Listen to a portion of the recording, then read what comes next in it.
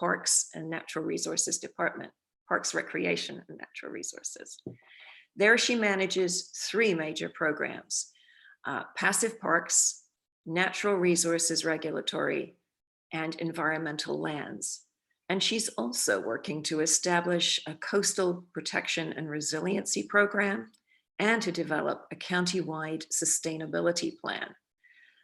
Rene has been working in the land conservation field for 25 years. She is the founding board member of the nonprofit Tampa Bay Conservancy, a board member and climate change committee co-chair for the Florida Wildlife Federation, and a civil society delegate for the UN Framework Convention on Climate Change. She earned a doctorate in environmental biology from the University of South Florida in 2016, and a master's in environmental management from Duke University in 1995. So we are very fortunate to have her in Pasco County and to have her with us this morning. So glad you could join us, Rene, and I'll hand it over to you. Thank you. I think you need to unmute yourself, Rene. Thank you. Okay.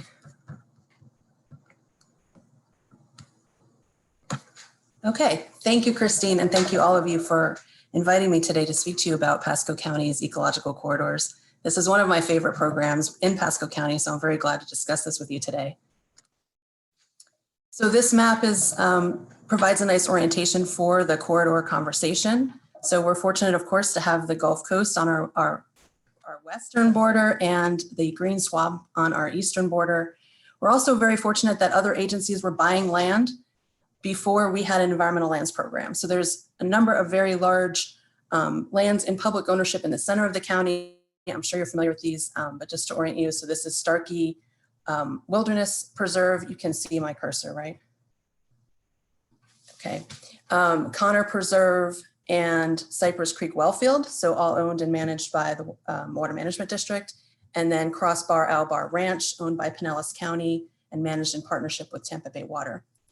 So before the environmental lands program existed, the county contracted with a wildlife biologist, Dr. Jay Exum, to determine the highest priorities for a new environmental lands program. And it was determined at that time that the best use of a new program would be to protect connections between these existing core lands. So wildlife corridors, they were called critical linkages at the time, and now they're called ecological corridors, same concept. So you can see there are these corridors connecting these existing core lands in the center of the county. So there's a corridor between Crossbar and Starkey, and that has the Piflachescody River and the headwaters as the backbone, as well as Cruz Lake.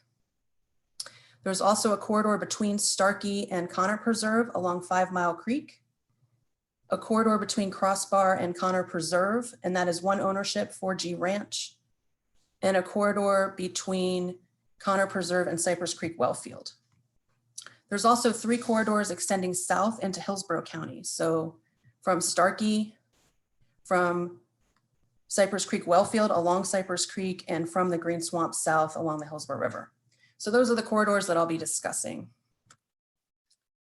First, a look back. So this is a map of the historic natural communities of Pasco County in the mid to late 1800s. And this is a map featured in the wildlife study by Dr. Jay Exum. So you can see the county had a lot of flatwoods interspersed with wetlands throughout the county. There's also vast acreage of sandhill, and there's some music hammock shown in this sort of brighter green. So that was the natural communities in the mid to late 1800s, the best we can tell. And this was the future land use map in the wildlife study. So it's changed a bit since then. This was from the early 2000s, but you get the idea. There's a lot of low residential, high residential, and commercial and mixed use already in place and planned for the county. So a number of citizens felt that the 2 maps were in direct conflict and that the county wasn't doing enough to protect wildlife and habitat. And so they entered into a lawsuit in the late 1990s and into 2000. And there was a settlement agreement in 2000, and that led to the wildlife study. So that was one of the requirements of the study, of the settlement, excuse me, is to do this wildlife habitat protection study and determine the best uses of a future environmental lands program. There was also an environmental lands acquisition task force that studied other programs and tried to determine the best structure for a new program in Pasco. And then in 2004, the first penny for Pasco sales tax referendum passed. And for the first time, we had dedicated funds for environmental lands acquisition. So that was an exciting time. And I thought you would appreciate that there's that grassroots basis for this environmental lands program. So in 2005, the ELAMP was officially established and staffed for the first time. And I was fortunate to be the first program manager of the program then. And I feel very fortunate that I was able to really build the program from its start. In 2006, the board adopted comprehensive plan updates that included goals, objectives, and policies that protected the ecological corridors. So now there was a regulatory framework for protection of the corridors and a recognition of their importance as far as the regional conservation strategy in the county. A couple other milestones to point out: in 2014, the second penny for Pasco sales tax referendum passed, and that's what we're using today. That continues through 2024. And we have already begun conversations and planning for a third referendum that will go on the ballot in November of 2022 to extend the penny for an additional 10 years. And I'll discuss this a bit later on, but Audubon's support of that would be tremendously valuable.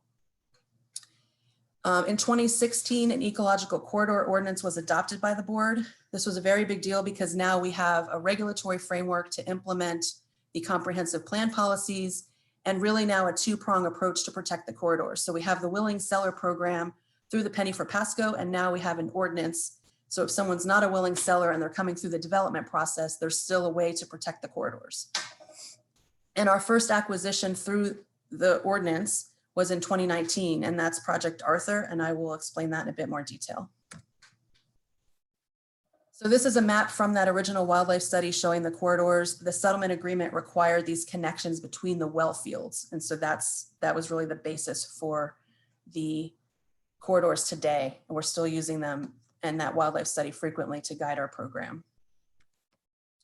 So corridors, I'm sure you are all well aware, but they serve multiple.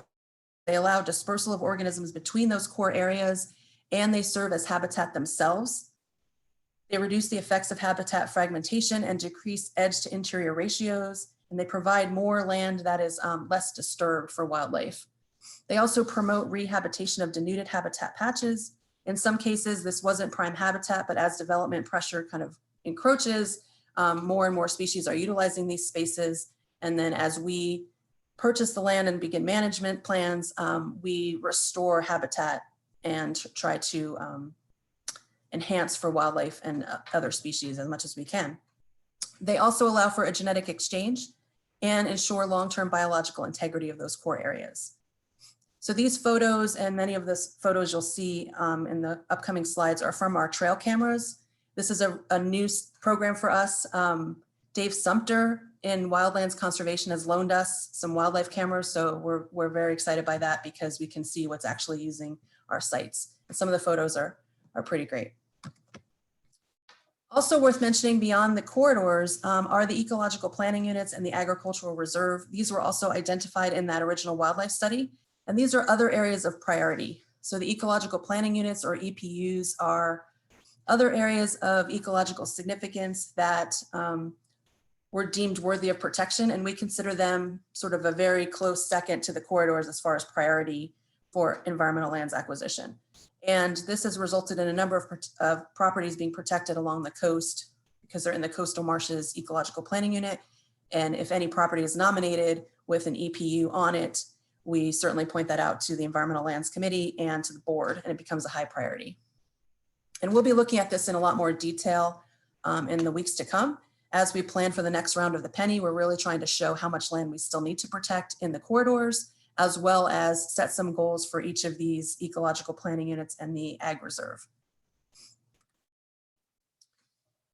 So just a quick look at the willing seller process. You may be familiar. In case you're not, anyone can nominate land in the county.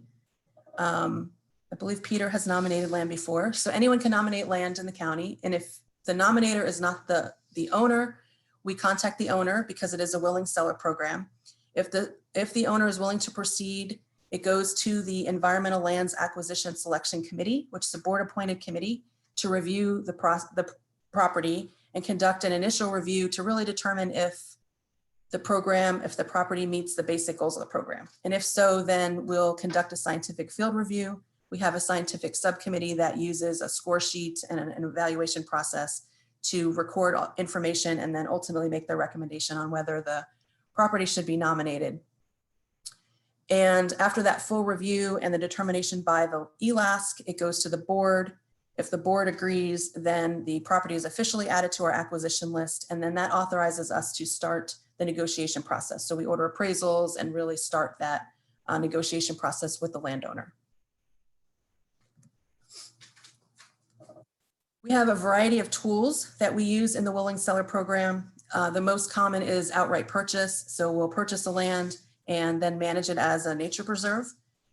When we purchase a property, we'll write a management plan for it, and that will include any restoration needs, management needs like invasive plant removal, prescribed burning, things of that nature. And then we also look at appropriate public use and figure out some funding mechanisms for those amenities. So that's outright purchase. We can also accept donations. They go through a similar review process. We need to make sure there's no contamination or any problems with the title. And then we also need to consider if it's something that we can manage and manage appropriate for our goals. And then a bargain sale is something sort of in between. It's where a landowner might agree to sell to us at a lower price, and the difference in appraised value and sell price can be considered a charitable donation. So once in a while, something like that will come along, and that's great. That helps us stretch our acquisition dollars even further. We also have conservation easements. And so these are legal agreements with a landowner. They run in perpetuity, and it allows the land to stay in private ownership, but have its conservation values protected in perpetuity. So we have several of those, and that is a very important tool in the toolbox, so to speak. We also can enter into life estates. We have not done that yet, but we can do that where the property is protected and the landowner is able to stay on the property for his or her lifetime. And then after that, the property, when the landowner passes, the property would come to the county, be deeded to the county. So a variety of tools that we use, or maybe some others, but these are the most common. And that's our willing seller program. So I mentioned that there's also the Ecological Corridor Ordinance, and this is triggered when an applicant wants to rezone to greater density or intensity.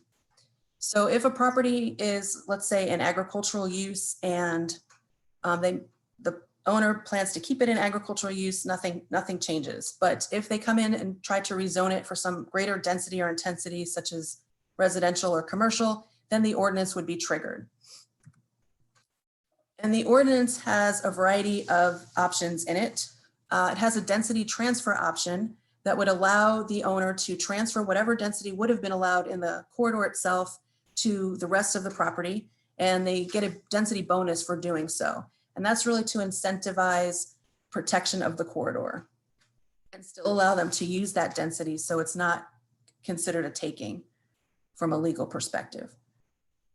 We do have some incentives in the ordinance to allow for this additional density on the rest of the property. So the rest of the property might have some wetlands that are not developable, and so they need to be able to fit that density elsewhere. And so we'll sometimes allow increased maximum building heights. We've done that in an apartment complex near Cypress Creek. They protected the corridor, so we allowed an additional story of the building so that they get those additional units. And it's really that negotiation to try to protect the corridor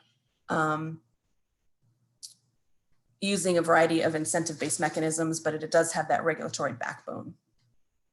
A landowner can also opt for compensation instead of the density transfer, and that's what happened in Project Arthur.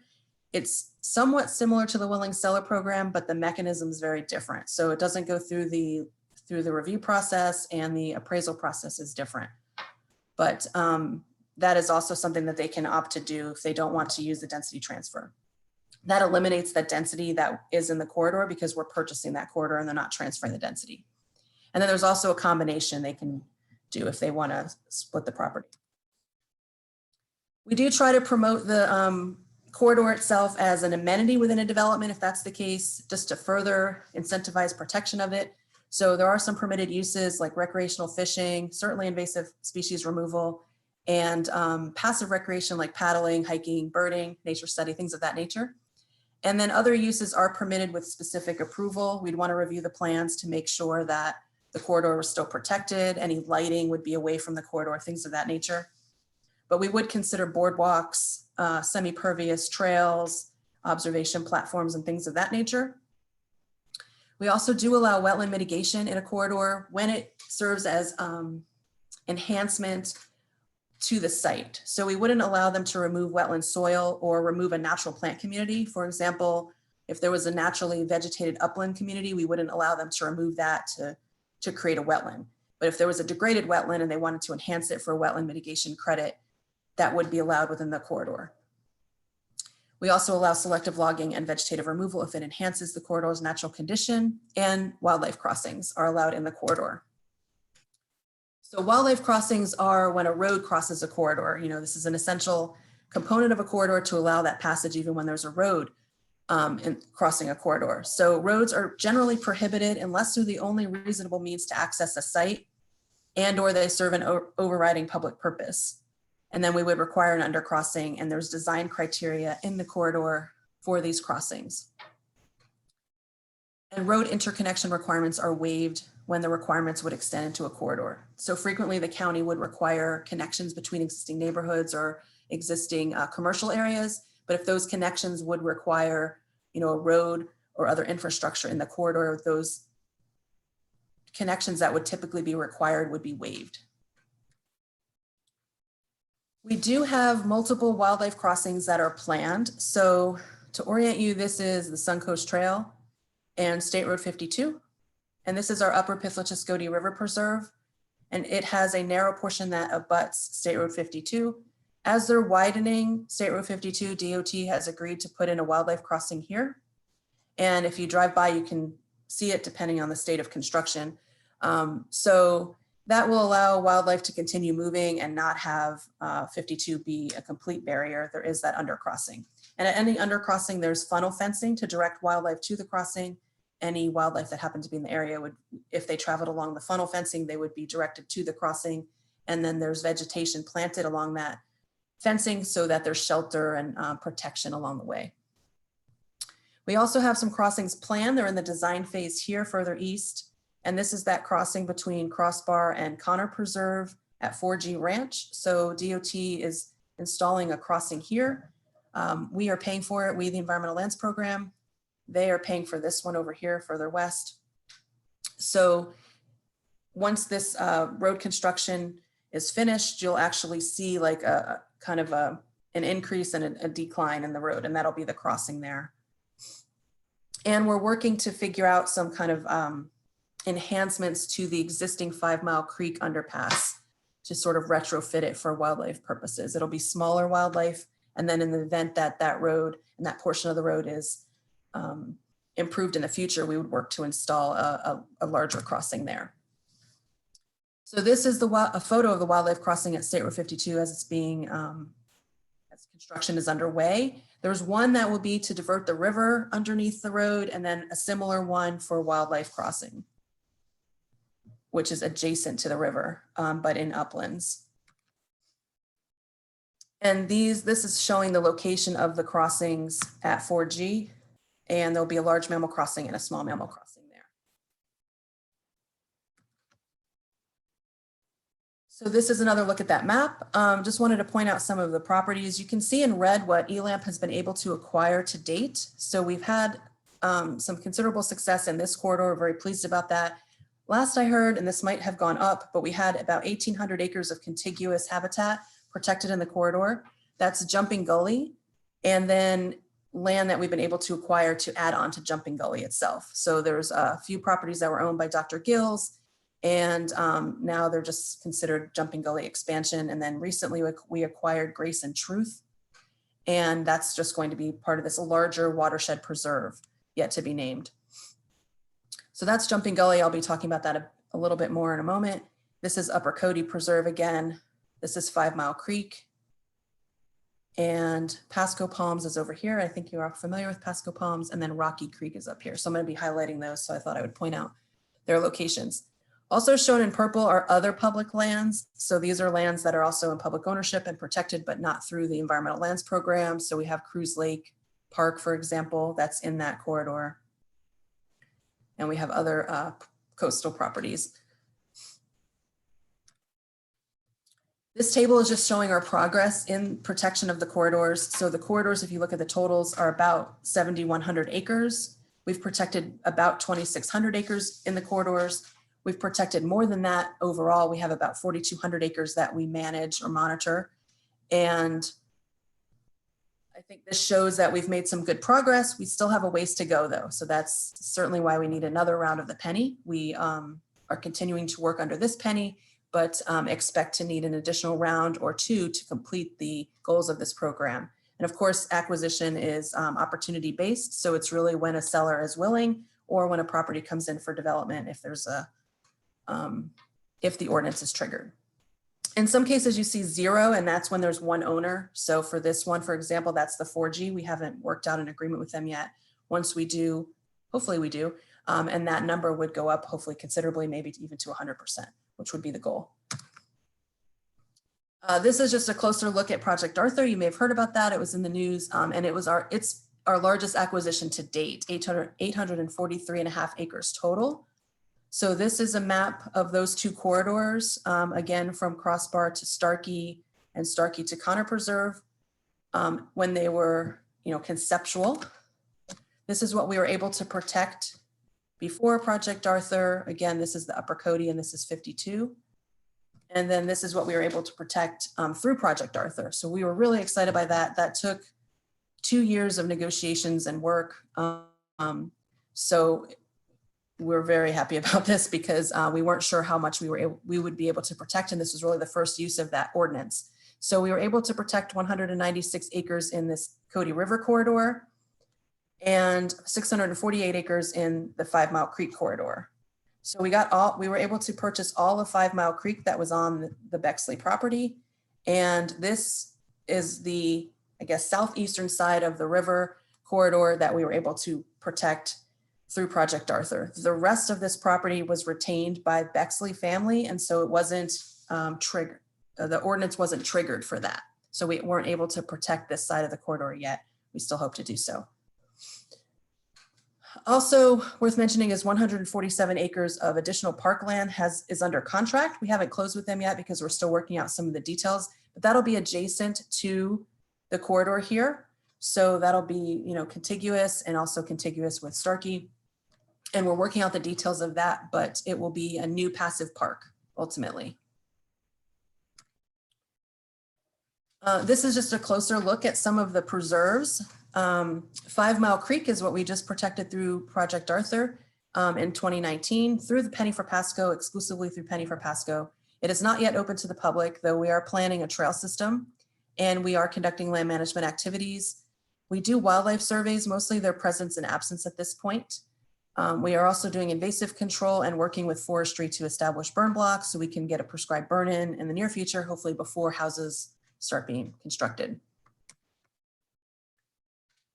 Jumping Gully Preserve, I believe Audubon has been out there before, and that was purchased through the Penny for Pasco and with Florida Communities Trust partnership funding in 2011. It is not open to the public yet, though we are working to open it to the public. We're working on an alternative access site from the northwest. And future amenities planned include a picnic pavilion, a compostable restroom, an observation platform over one of the expansive wetland systems, parking area, horse corral, miles of trails, including equestrian trails and primitive camping. It's also one of my favorite locations is a berm on Jumping Gully. You can stand and everywhere you look is wildlife corridor and protected land. So that's pretty rewarding to stand there and just realize this whole area is protected. Land management activities underway include prescribed burns, wildlife surveys, invasive control. We have an upland habitat restoration area and we're planting pine plantings as part of a pasture restoration. We also have the Upper Cody River Preserve. I've mentioned that a few times. That was one of the first properties protected through the program. And it was protected with Penny for Pasco funding, as well as partnership funding through Florida Communities Trust.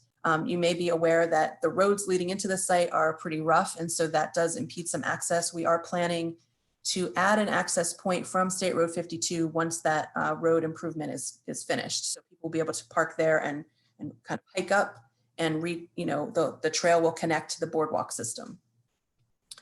We also receive funding from the state FERDAP program, Recreational Development Assistance Program, to develop some of the amenities. And recently we received funding through Florida Fish and Wildlife for gopher tortoise habitat enhancement.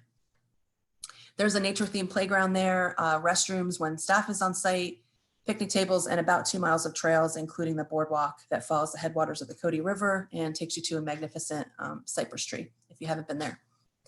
Future amenities planned include a picnic pavilion, a restroom, swing set at the request of one of our youngest neighbors, and an orienteering course. We also have plans for a bridge over Riles Branch Creek so that people can get to the northern part of the site, which is quite nice. And that's a project we're working with the Boy Scouts on.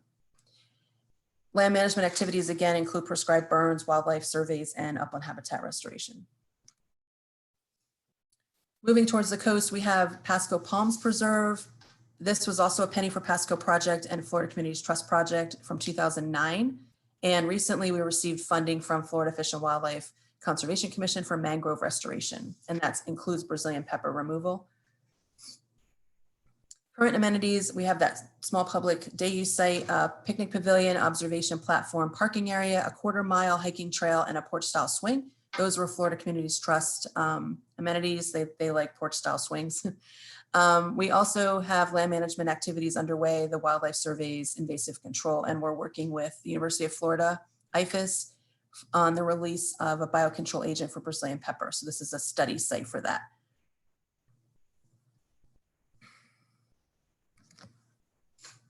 And then further north on the coast, we have Rocky Creek. This was acquired in 2016 by the Penny, using Penny funds.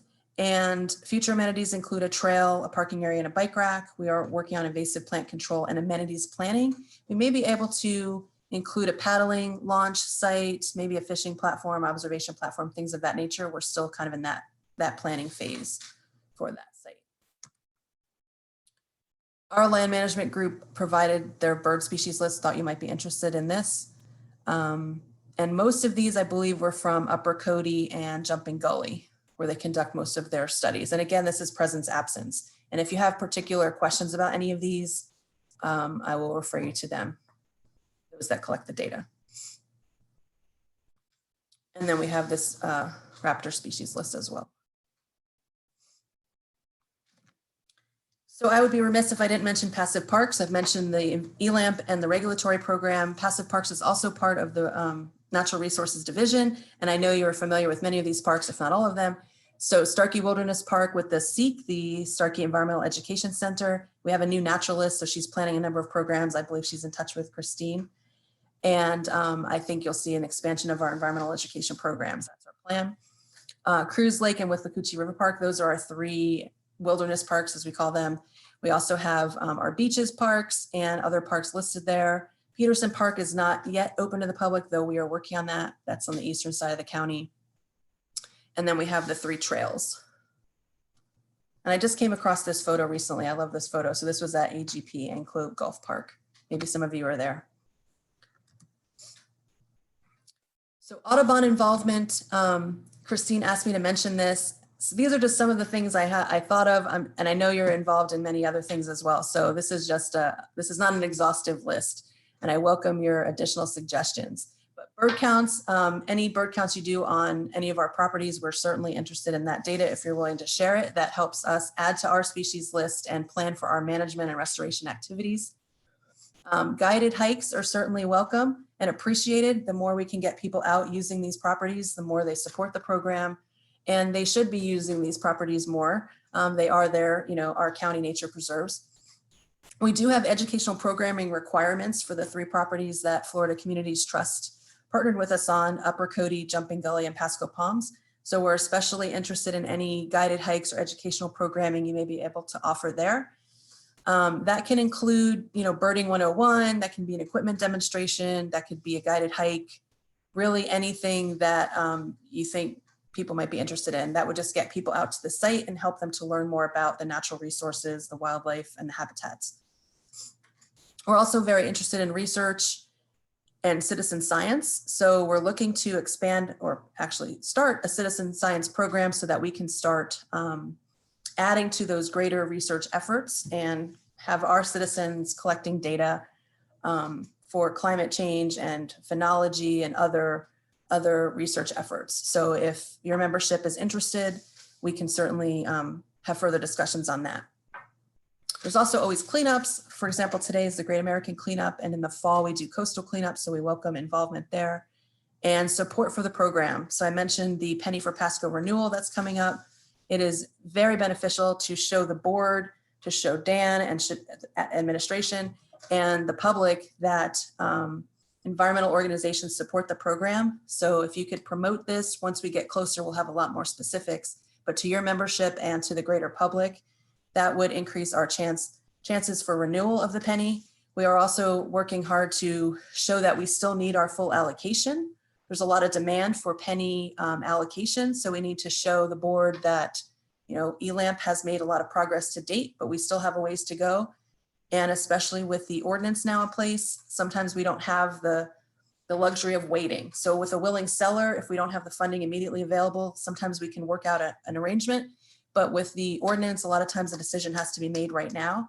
And the purchase price is determined differently than through a willing seller program, because in the ordinance, side note, the seller obtains an appraisal and the county obtains an appraisal, and then the average of the appraisal is really the basis of the sale. So that's different than the willing seller program, and sometimes that's higher prices. So we need additional funding to make sure we can protect those corridors and other areas of priority like the ecological planning units.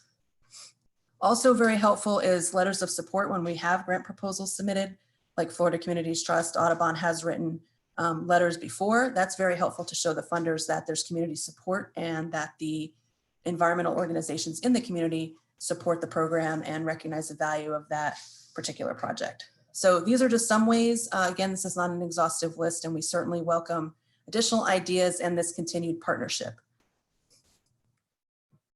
So with that, I would take any questions you have. Thank you for your attention. Thank you so much, Renee. So this is a great opportunity to ask some questions. Who would like, you're going to have to unmute yourself before you ask. I see Vince is raring to go. I have a couple questions for you, Renee, and Yes. I'll make them quick so everybody else has an opportunity as well. Is there a listing or a way to find out about any access points to any of these corridors and/or lands that are currently accessible to birding and other forms of, walking, passive activities, that kind of thing? Yes and no. We had some brochures, I believe they need to be updated, and your question does prompt me to think we should have a comprehensive list of that. So that's something we can put together and share. Good. I know where these properties are. I've driven past them and I see them on the map. But when I look for a place to pull the car into, I'm uncomfortable leaving it sticking out into the roadway, and therefore I pass right by them instead of utilizing them. I'm your king explorer in this county. I'm going to beat the bush harder than anybody in the county, guarantee. So if I can have access points, then I can provide you with data that you would find useful, I'm sure. Absolutely. I will work on that and get that to you. So that'd be fine. Is there a way that I can contact you, or some way I can give you my contact info so you can share it with me? Yes. So there's my email address. And Christine has it as well. Let me write that down before I lose that. rbrown at pascocountyfl.net. Yes.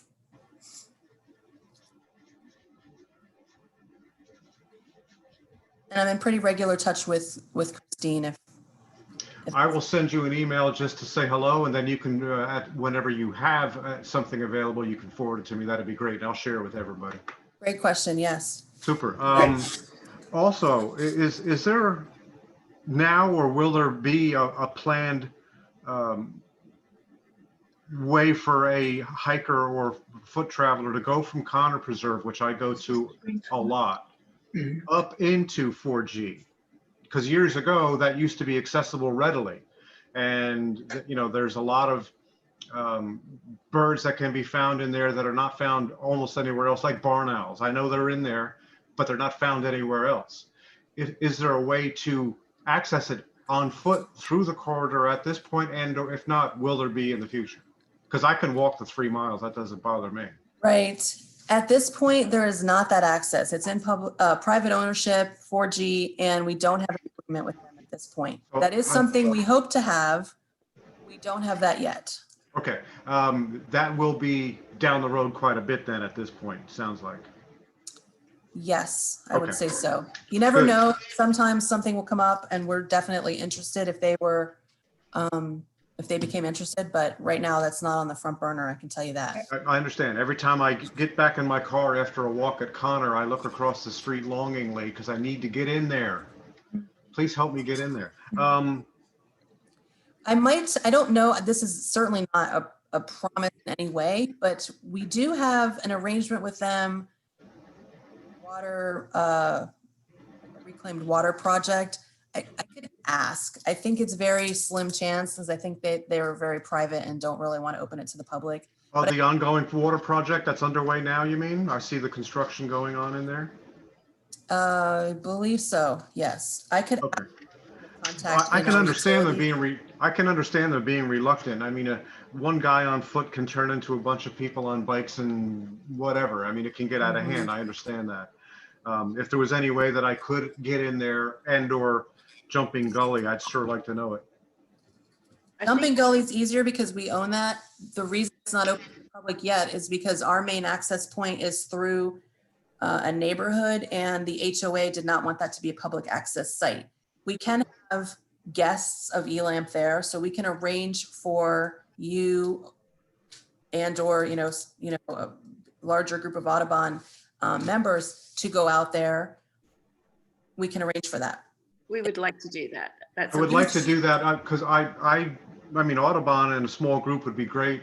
I'd like to go out there on myself because I'm a little more intrepid and will tend to do a little more deep exploring and without dragging people in sneakers with me. Right. I think that there are rules, Vince, about jumping gully. My understanding is that we have to have somebody with us when we go in there. Is that correct? That's a good question.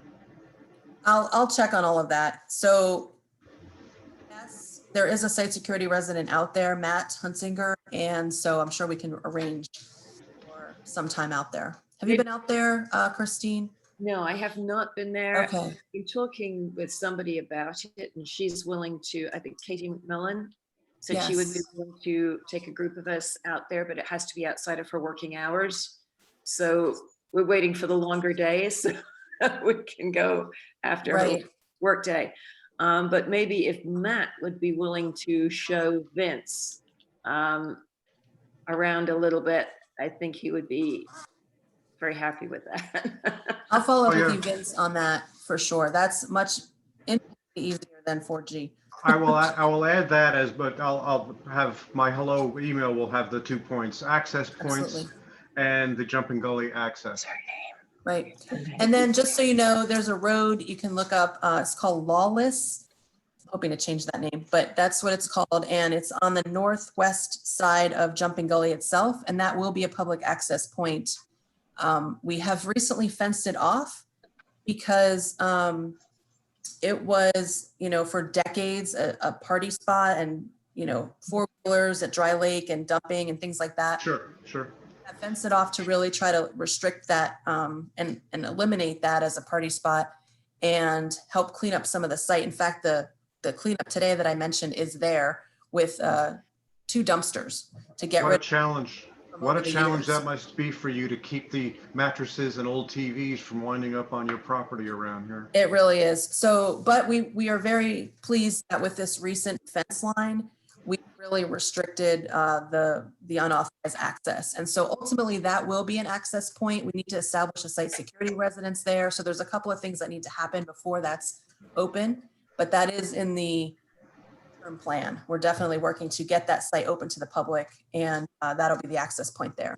In the interest of sharing data, because I do a lot of birding on these lands, probably more than most or anybody actually, for your interest in some of us sharing our bird lists and other wildlife lists, because I keep reptile and herp lists and you name it, dragonflies, etc. If I could ever get dispensation or a pass to get in there, I can be a great resource of data for you people. I can be eyes and boots on the ground for you. So maybe we can do something with that too. Okay, we'll definitely follow up on that. Super, thank you. Renee, would you explain how the penny works? It's, some people might think we get the whole penny for ELAMP. Sure. Hi, Jan. I, So Jan's on our ELASC, our land selection committee. So we appreciate her help with that. And so we receive a portion of the county's proceeds of the penny. So the penny is divided, I wish I had the graphic, but 45% goes to the county, 45% goes to the school board, and that remaining 10% is split between the cities. So of the county's 45%, we get 20% for the environmental lands program. So that varies. In the early days of the program, that was about 4 million per year. That really varies depending on spending, of course, and things like that. But we're now about 8 million or so, sometimes up into 9, depending on the year. And so Project Arthur, just to give you an idea, that cost 22 million. So we can spend it pretty quickly, but we are very appreciative of the allocation. And for smaller projects, we can buy quite a bit with the annual allocation. We also, because we partner with Florida Communities Trust, that is a 50-50 split. So that enables us to spread those dollars even further. But with Florida Forever, Florida Forever used to receive a lot more funding than it does today. I'm sure you're aware of that. It's much more competitive now and difficult. We do have Grace and Truth, which is an expansion of Jumping Gully, in right now for consideration. And we're hoping that we are able to partner with them on that. So that would be a 50% reimbursement, and then they would be co-owners of the property. And we did write a letter in support of that. Thank you. Thank you. Now, does anyone else have a question? I have a couple. I do. I have a question. Go ahead, Pamela. So I'm interested in, number one, that old abandoned golf course. What's it called? Gulf Harbors. Gulf Gulf Harbors. Yeah. The status of that? And I'm interested in, is Pasco Palms really cleaned up? It used to be filthy back in there. I was scared to go in there. Yeah, good questions. So Gulf Harbors, of course, is right here so that you can see that little orange. The orange is stuff that's on our acquisition list, which means it's gone through the whole review process and it's on the list, but we haven't reached a deal yet. So with Gulf Harbors, we have, that site had some contamination issues, having been a golf course for decades. So there was some arsenic and other, contaminants. So they had to go through an extensive cleanup process, and DEP is very involved. Once all of that's released and they remove the old structures and things like that, that's required from our purchase agreement. We have an active purchase agreement and we'll be moving towards closing once all those requirements are met. That site, boy, it's a bit complicated because some people in the area are very supportive of it and some people don't want it to be purchased. And so we're still determining whether it will be a completely public site or if it will be private. If they pay for half of it, then the park part of it, which would be essentially the perimeter, would be for their use and it wouldn't be open to the public, but the center would be ELAMP, and there would need to be some public access. And we certainly consider Audubon to be #1 priority for that because of the rich birding history there. So once we close on that, we'll be in touch on that for sure. How long do you think that whole process is going to take? Because that's a fantastic birding site. Fantastic. It's a tricky one just because of everything I mentioned. Yeah. I know that the sellers are pushing for it to be closed as soon as possible. They're eager to get it done, which is understandable. So it could be soon, on the order of a few months, unless there's some other issue that's discovered or some other thing that holds it up. But we expect it to be relatively soon. Renee, I know that that site is of great importance to our members. And there are very, very specific parts of Gulf Harbors that they hope desperately are maintained. I know people have mentioned to me, as well as, of course, the Eastern Lake, the driving range, but that was a low wetland and got really amazing birds there.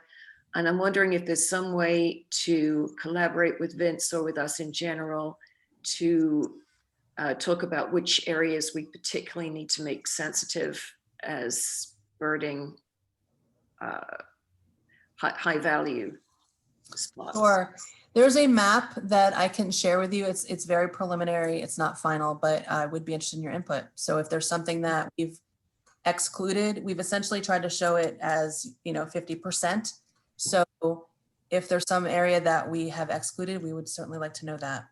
I'd be I'd make myself available to even meet somebody on site if needed to walk it, before the wet season comes and it becomes unwalkable. Okay, And one of the reasons we love it is because it becomes unwalkable. right. And what about the trash pickup? Is Pasco Palm staying cleaned up, or did you get it cleaned up with all those mattresses and whatnot? Yes. So it was a dumping site for a long time. Back, 27 or 2007 or something in that range. I actually caught somebody dumping and called the police, and it was a whole ordeal.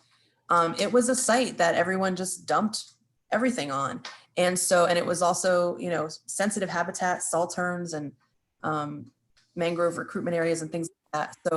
So it was deeply troubling to us. We spent a lot of time cleaning it up. The access point now is away from that most sensitive area. Right.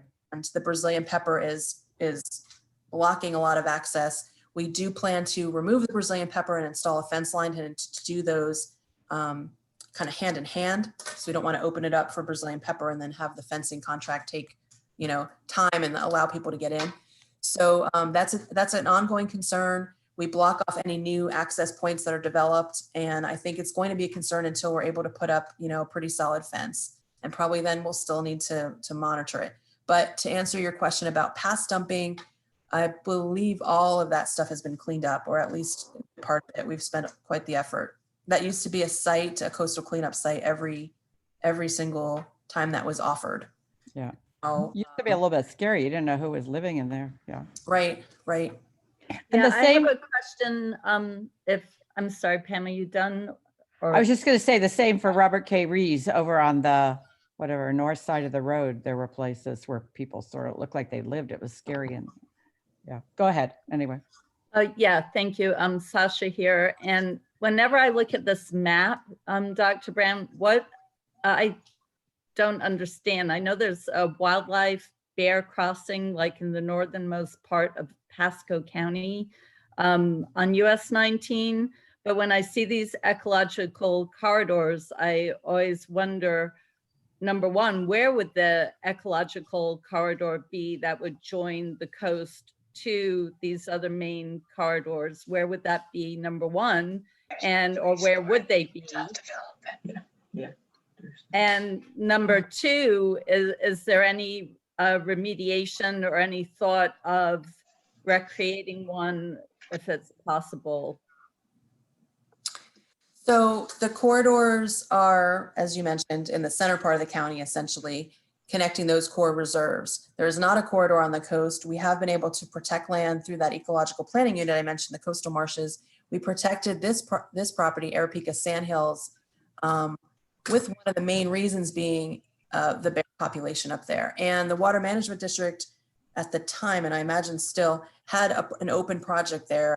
It's called Wikiwachi, and it extended all the way up. And so this was meant to be a part of it. They own land on this side of the street as well. And it was a corridor continuing up. Now these pieces have not been acquired yet, but there's hope that still will be protected. Quite a few years ago, the Water Management District swapped this land that was right here for some additional lands on the coast, adding to this acreage. So really this really ends here, but there have been some evidence of bear, fur in the barbed wire and things like that. Many years ago, there was a study with telemetry data, University of Kentucky conducted of this bear population in this vicinity. So we believe bears are very likely to use this property. And there is an active effort to protect the existing land here north of Arapika Sandhills that would connect to Water Management District property north of that. And in I have Pasco seen bear County, sign. in Pasco County, are there not any corridors going from west, like from the coastal areas to natural corridors of importance going from the coast to these corridors that have been developed? Not a specific corridor like through the regulatory ordinance and things like that. So the corridors are the 7 I mentioned. Yeah, I understand the regulatory corridors, sorry Yeah. to interrupt, but what I mean is like what is the most critical natural corridors from the coastal region to, like, for example, Starkey Park? What is the most, there are natural corridors, correct? Or No. no? No. No, It's all okay, developed. thank you. It's all No. developed. Yeah, Thank there's you. development. We do try to expand areas like you can see here, Crockett and other properties when it makes sense, if there's something that we can do to expand existing conservation areas. But I think, unfortunately, I don't think there's the opportunity to expand all the way to the coast. It's already so developed that Yeah. there is no place to begin the corridor or Yeah. use as a corridor. Exactly. The bear sign I have seen many times at Sunwest Park and Arapika Sandhills. I would say 3 out of 5 times I see fresh spoor. So they're in there. And I've seen youngsters too. So Score. I guess it pooped. the development, the lands that you have secured at Sunwest in that area, does that help to mitigate the damage that could be done by their long proposed Sunwest developments, condos, and all that? What's happening with that? That has been a long simmering question that I've had. Yes, so it's not an active project right now. It's out there though. I mean, the landowner there could submit a project and it would go through the state review process and our county review process. It's not an active project at this time. So this property would buffer to some extent and form that connection or expansion, I guess, but Sunwest itself, that development would be in here. Right. I know that he had planned on having extensive canals built and marinas and all that.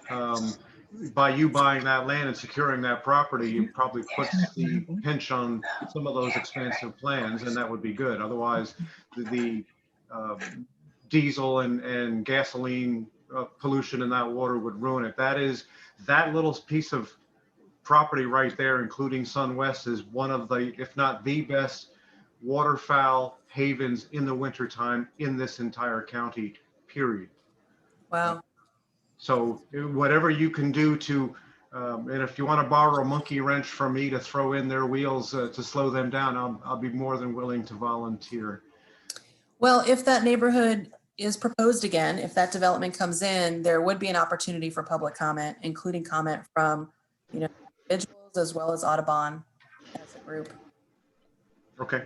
I mean, it's a valuable piece of property as a staging area for wintering birds, wintering waterfowl.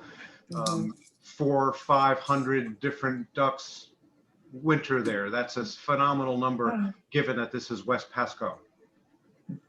Right. Okay. Thank you. I didn't know if you're aware of that. And as far as sharing bird lists with anybody there, if you have an e-birder in the mix on staff, they have access to all that information. If you don't have somebody who does eBird or use that format, that portal, if you give me a contact number, I can find a way to share my lists. For example, Arapika, I have 186 species of bird at Arapika myself, out of the 199 total. So I hit them pretty hard. And if there's anybody that could use that information, that kind of data is a tool for you in the active preservation and fighting for preservation of a piece of land. Absolutely. Oh, yeah. So that's why I'm saying if there's an eBirder amongst you, it's there.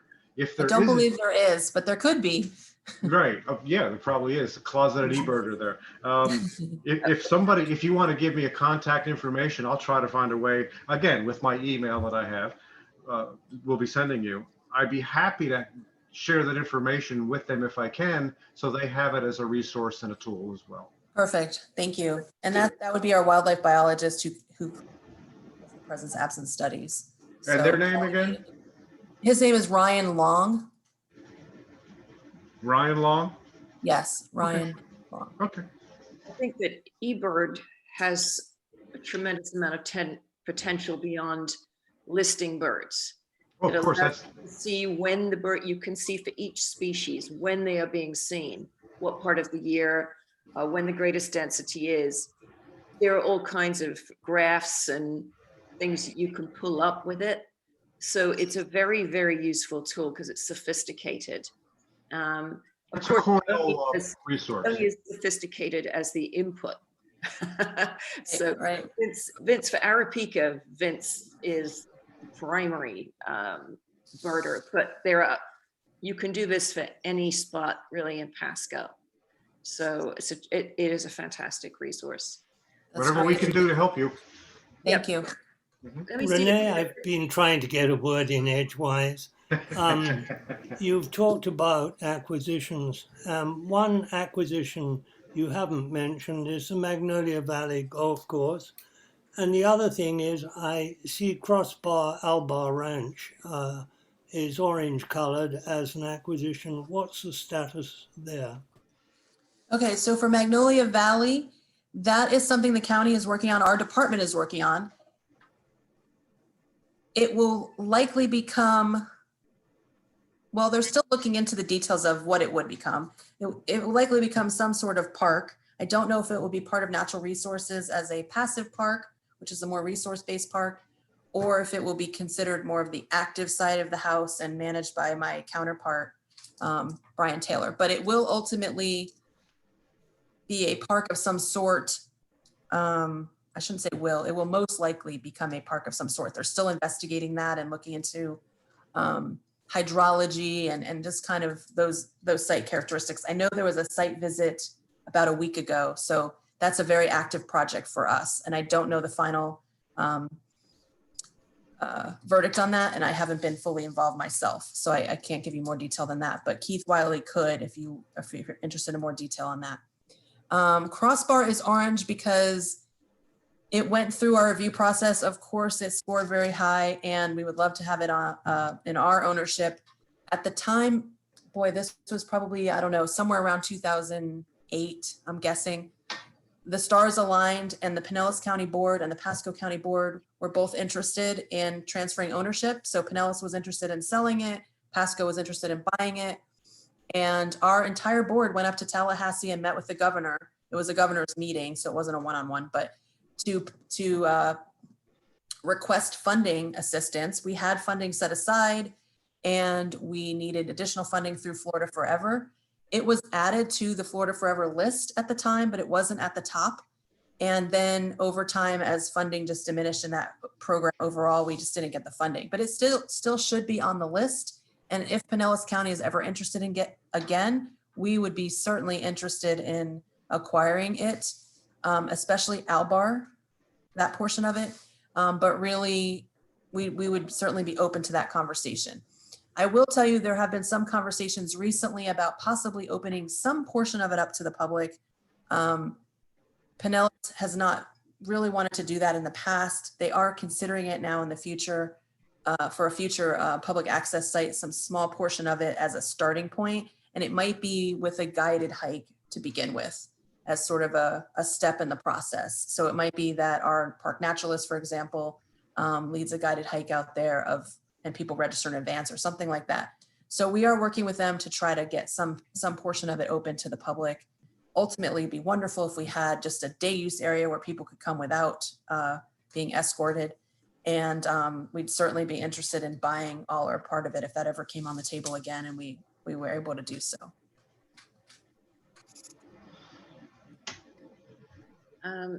Is there anyone else who hasn't asked a question yet who would like to ask a question? Okay, I have two different questions. Mhm. One, I'm interested in knowing, and I'll ask them both, and you can take them in whichever order. One, I'm interested in the efficacy of the wildlife crossings. How much do they really help? To what degree are they helpful? And the other thing I wanted to ask, I know I've talked to Tammy Odierna about the property that is opposite the Boy Scout Preserve on Green Key Road. I think that's the one Pamela was referring to earlier. I know it is for sale. It's mangroves, but it's prime area during migration, and you get a huge number of warblers in there. And we would very much like to see that area preserved. Do you have any update on that? I know Tammy had told me that the seller had been told that it would be very hard to develop that and that they should really consider selling to ELAMP. But I wonder if you had any update on that property. Don't have a specific update. Is that the property that is somewhat further west? It is, Across. it's not on the key. Do you know the Boy Scout Preserve?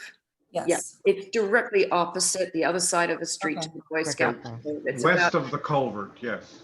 it's Right. about 110 acres altogether. I think there is something like or maybe it's 120 acres. It's a 50 and a 70, two different lots, I think there. Mhm. They're currently for sale. I don't have a specific update. I know she was in communication with them. I also know that the realtor was trying to get 24-hour access to the site because we locked that park gate and she felt that they were being excluded. So we were working with them on that. I don't believe it's been nominated. If anybody wanted to nominate it, that would prompt, a little bit further action on it. We have been in conversation, but that's as far as I know. And if it were actually nominated, then we could ask them specifically if they were willing to sell it. And if so, then it would start going through the process. So if you're interested in nominating it, Yes. do so. Okay, yes, we would be interested in nominating it. Okay. The nomination form is on our website, or we can email it to you if needed. And then as far as the efficacy of the crossings, we are working with University of Central Florida. There's a professor there, boy, I forget his name, Dan. It might be Dan Brown. And there have been a lot of studies across the state on the efficacy of the crossings. These would be our first crossings. We plan to install cameras in them to really see what's using them.